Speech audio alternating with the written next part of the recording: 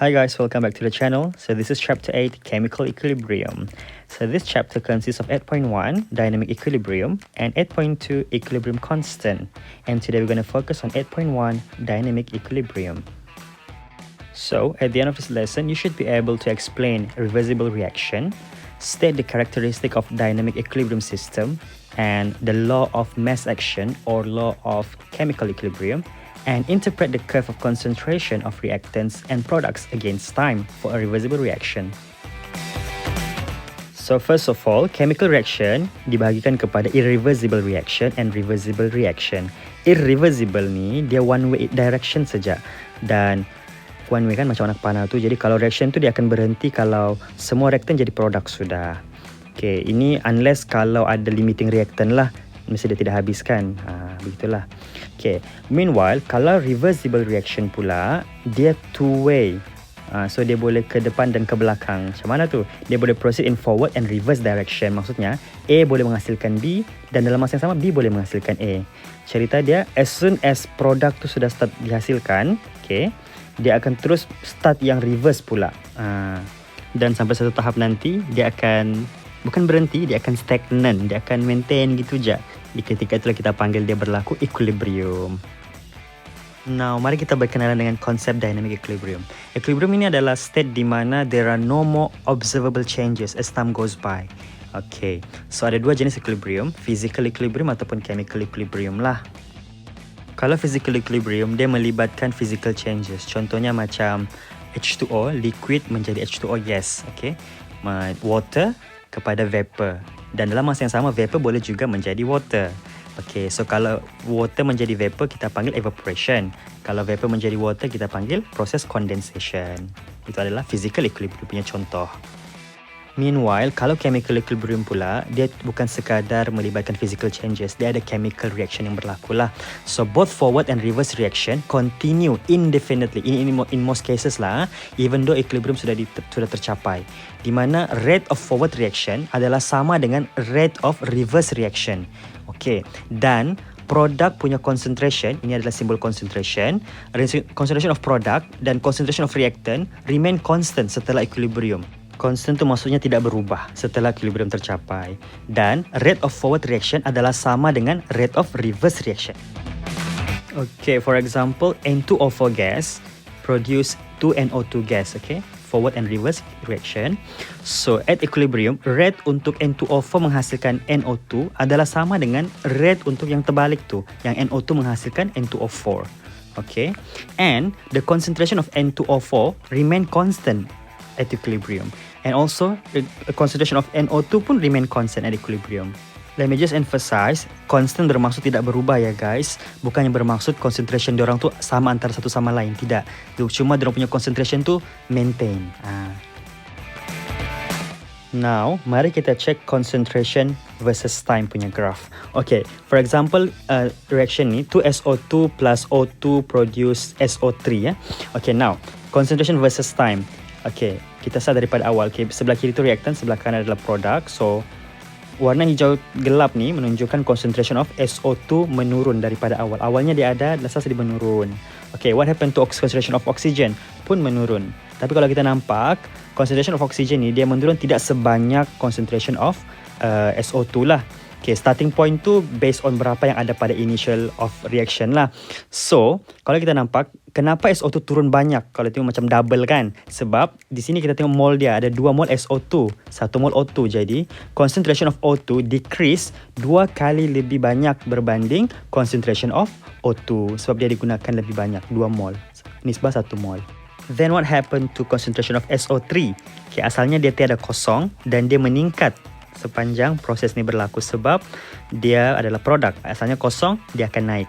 Okay, nampak dia punya kenaikan tu pun banyak sebab dia hasilkan 2 mol juga. Tapi ini cuma sketch ya guys, tidak perlu exact. Now let's have a look into details. Okay, saya bahagikan dia kepada satu timeline di mana sebelum diorang berubah dan semasa dia sampai satu tahap iaitu TA, di mana semuanya menjadi datar, sudah kan? Okay, zone pertama tu adalah at the beginning of reaction, sebelum equilibrium ya. So di sini concentration of SO2 dengan concentration of O2 decrease with time. Sementara concentration of SO3 increase with time sebab dia produk kan. Reaktan digunakan, that's why dia berkurang. And by the way, at T equals to 0, concentration of SO3 adalah kosong ya. Sebab dia masa awal-awal belum ada dihasilkan apa-apa lagi kan. And by the way guys, disebabkan concentration of reactants tu berkurang, maka rate of forward reaction sebenarnya berkurang dengan masa. Sebab awal-awal tu memang laju, lama-lama dia makin slow. Sementara rate of reverse reaction seiring dengan masa dia akan semakin meningkat. Okay, itu sebelum equilibrium berlaku. Okay, semasa TA ni just timing lah. Time when equilibrium has been achieved. Okay, so at this point, concentration of SO2, SO3 dan O2, semua spesies yang terlibat lah, semuanya remain constant. Kalau kita nampakkan garis tu mendatar je, dia tidak berubah sudah dia punya concentration. Tapi adakah concentration mereka sama? Tidak. Kebetulan tidak sama. Boleh jadi sama, boleh jadi tidak sama lah. Kalau sama, dia akan bertemulah garis tu. Kalau tidak sama, dia akan nampaklah terasing-asing kan. Alright. And then, that means concentration of all species tidak berubah. Become constant sudah. And at this point, reaction does not stop tau. Dia tidak berhenti. It's just that the rate of forward reaction is equal to the rate of reverse reaction. That's why tidak nampak apa-apa perubahan sudah. Sudah tercapai dynamic equilibrium. So, untuk chapter ni ada satu law, nama dia law of mass action ataupun nama lain dia law of chemical equilibrium. It states that for any equilibrium at any given temperature, the product of multiplication of the concentration of products raised to the power of coefficient in the equation divide by the products of reactants punya concentration raised also to the power of coefficient. It is a constant actually. Dipanggil sebagai equilibrium constant ataupun K. Pening kan? So, mari kita tengok contoh. Now, let's say I have this equation here. A plus BB produce CC plus DD. Okay. Yang mana A, B, C, D yang kecil tu semua dipanggil sebagai reaction coefficient ya. So, at equilibrium, according to the law tadi, the concentration of products to the power of coefficient divide by the concentration of reactants to the power of coefficient is equal to K, which is equilibrium constant. So, in this case, concentration of C to the power of C kecil darab dengan concentration of D to the power of D kecil over concentration of A to the power of small a times concentration of B to the power of B kecil is equal to K. This is what we call as equilibrium constant expression. Okay. So, kalau malas menghafal ayat yang panjang tadi, kita boleh simply tulis law of chemical equilibrium states that at any given temperature of an equilibrium, concentration of CC darab dengan concentration of DD over concentration of AA, concentration of BB equals to K.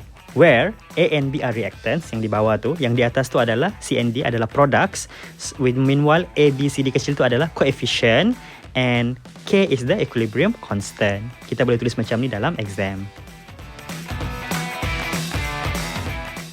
Now, let's learn some characteristic of system in equilibrium. Okay, system ni merujuk kepada equation tu lah, reaction lah.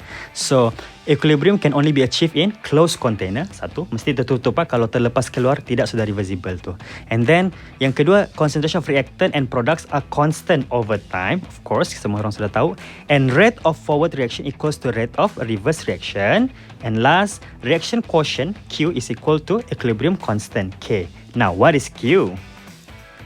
Okay, dia macam ni. Okay, kita ambil equation yang sama tadi. Q adalah expression yang sama sebiji macam K. Okay, product over reactant. Tapi Q ni adalah kalau keadaan dia tidak equilibrium, kita panggil dia reaction quotient, iaitu Q. Tapi kalau sudah equilibrium, kita panggil dia sebagai equilibrium constant ataupun huruf dia K. So at equilibrium, Q adalah sama dengan K. Itu je. Now let's try this one. Ammonia NH3 is produced in Haber process according to the following equation. So write the equilibrium constant for the reaction. Jadi K adalah sama dengan concentration of siapa? Product dulu kan. So NH3 to the power of 2 sebab coefficient dia 2. Divide by concentration of N2 power dia 1 and concentration of H2 power dia 3. Now test yourself with this question here. And you may pause the video and you will get the answer as follow.